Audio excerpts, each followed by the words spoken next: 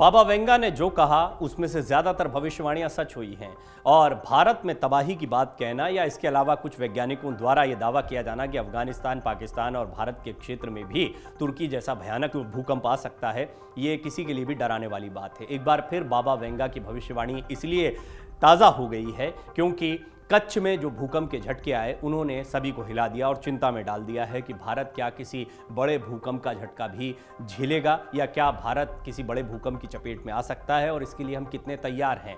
अगर ऐसा कोई भूकंप आता है तो ये कितना विनाशकारी होगा, क्योंकि तुर्की और सीरिया की तस्वीरें अब भी हमारे सामने हैं जो बताती हैं कि किस तरह एक पूरा देश बर्बाद हो गया। तुर्की और सीरिया में आए विनाशकारी भूकंप के बाद क्या भारत में भी विनाशकारी भूकंप आएगा? गुजरात के कच्छ जिले में आए भूकंप के झटके के बाद अब बाबा वेंगा की भविष्यवाणियों को लेकर एक बार फिर से चर्चा होने लगी है।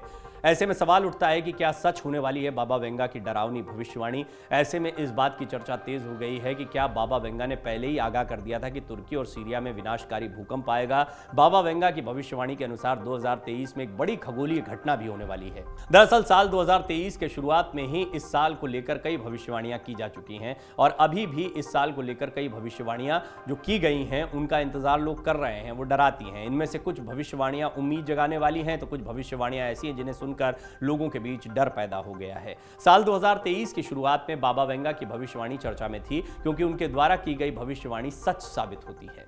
बाबा वेंगा की वो भविष्यवाणी जिसने तुर्की की तबाही के बाद भारत को परेशान कर दिया। दरअसल गुजरात के कच्छ जिले में बुधवार तड़के भूकंप के झटके महसूस किए गए।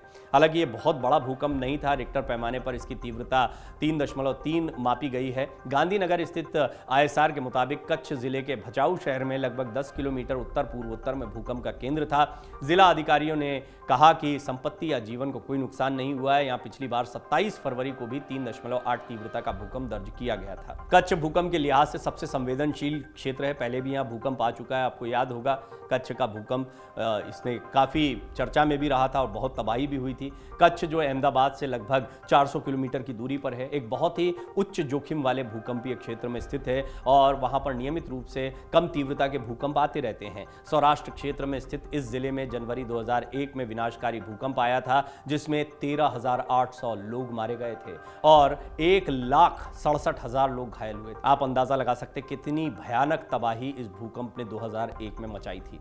इसीलिए इस क्षेत्र को बहुत संवेदनशील माना जाता है। बेशक अभी जो भूकंप आया उसने नुकसान नहीं किया, कम तीव्रता का था, लेकिन इस क्षेत्र में या किसी अन्य क्षेत्र में क्या बड़ा भूकंप आ सकता है, जैसा बाबा वेंगा ने और कुछ वैज्ञानिकों ने पहले ही भविष्यवाणी भारत के विषय में कर रखी है। भूकंप ने जिले के विभिन्न कस्बों और गांवों में संपत्तियों को गंभीर नुकसान 2001 में पहुंचाया था। उसकी यादें अब भी लोगों के जहन में ताज़ा हैं। तुर्की और सीरिया में आए भूकंप ने भविष्यवाणी की सटीकता पर एक नई बहस छेड़ दी है। दरअसल तुर्की और सीरिया में विनाशकारी भूकंप आने से 3 दिन पहले ही डच शोधकर्ता फ्रैंक होगर बीट्स ने भविष्यवाणी की थी कि तुर्की विनाशकारी भूकंप का गवाह बनेगा। भूकंप से 3 दिन पहले नीदरलैंड्स स्थित सौर प्रणाली ज्यामिति सर्वेक्षण यानी SSGS के लिए काम करने वाले डच शोधकर्ता फ्रैंक होगर बीट्स ने कथित तौर पर इसके बारे में भविष्यवाणी की थी। डच विशेषज्ञ फ्रैंक होगर बीट्स ने कहा था जल्द या बाद में इस क्षेत्र में दक्षिण मध्य तुर्की, जॉर्डन, सीरिया, लेबनान में 7.5 यानी 7.5 तीव्रता का भूकंप आएगा। उन्हें अपनी भविष्यवाणी पर संदेह था, लेकिन इस तरह से वो सही साबित हुए हैं। तुर्की और सीरिया के कुछ हिस्सों में बड़े पैमाने पर भूकंप आने और 45,000 से ज्यादा लोगों के मारे जाने की भविष्यवाणी करने वाले डच शोधकर्ता फ्रैंक होगर बीट्स ने घोषणा की थी कि अगली पंक्ति में एशियाई देश हैं। सोशल मीडिया पर वायरल हो रहे एक वीडियो में फ्रैंक होगर बीट्स को एक बड़े भूकंप की भविष्यवाणी करते हुए देखा जा सकता है। होगर बीट्स ने कहा कि एशियाई देश तुर्की जैसे भूकंप या प्राकृतिक आपदाओं का सामना करेंगे।